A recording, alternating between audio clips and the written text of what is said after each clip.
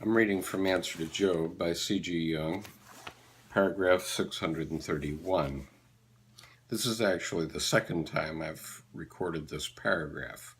Sometimes the ideas that Dr. Jung brought forward were so complex and sometimes so different from what I've learned in church, what others have learned in church, that I just find them a bit overwhelming. And indeed, the first time I read this paragraph, I literally fell asleep while I was reading it because my psyche was a bit overwhelmed by all of the ideas that are here.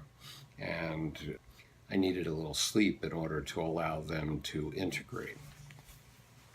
So this is my second try for paragraph 631.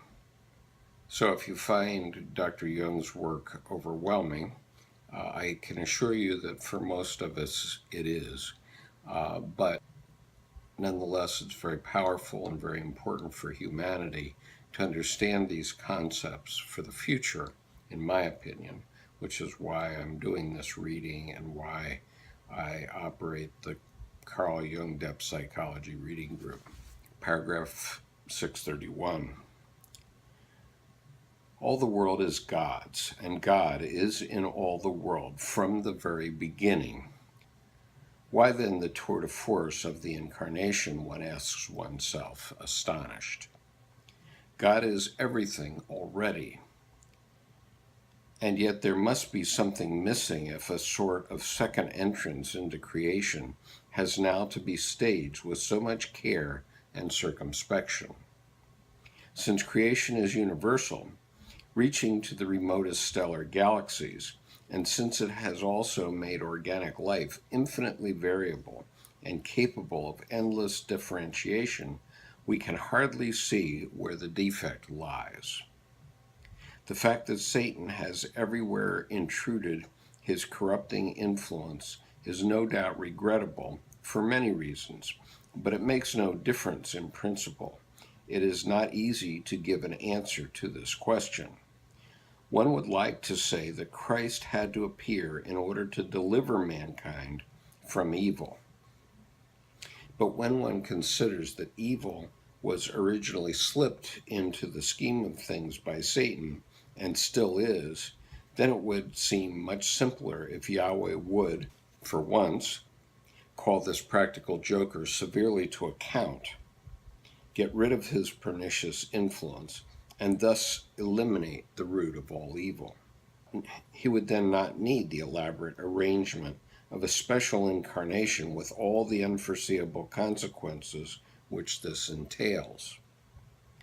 One should make clear to oneself what it means when God becomes man. It means nothing less than a world-shaking transformation of God.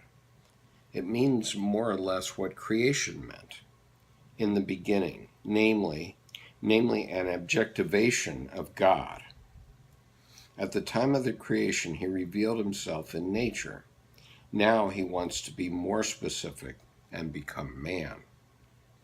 It must be admitted, however, that there is a tendency in this direction right from the start. For when those other human beings, who had evidently been created before Adam, appeared on the scene along with the higher mammals, Yahweh created on the following day, by a special act of creation, a man who was the image of God. This was the first prefiguration of his becoming man. He took Adam's descendants, especially the people of Israel, into his personal possession, and from time to time he filled this people's prophets with his spirit. All these things were preparatory events and symptoms of a tendency within God to become man. But in omniscience, there had existed from all eternity a knowledge of the human nature of God, or of the divine nature of man.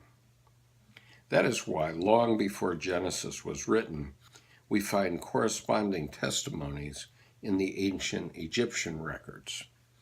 These intimations and prefigurations of the Incarnation must strike one as either completely incomprehensible or superfluous.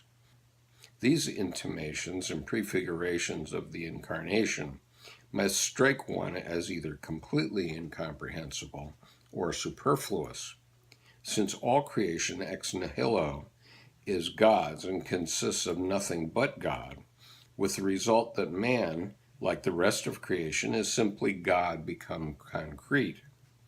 Prefigurations, however, are not in themselves creative events, but are only stages in the process of becoming conscious.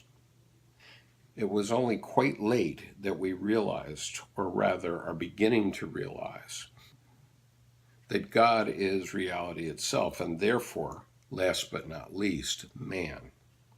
This realization is a millennial process. So I think you see what I mean.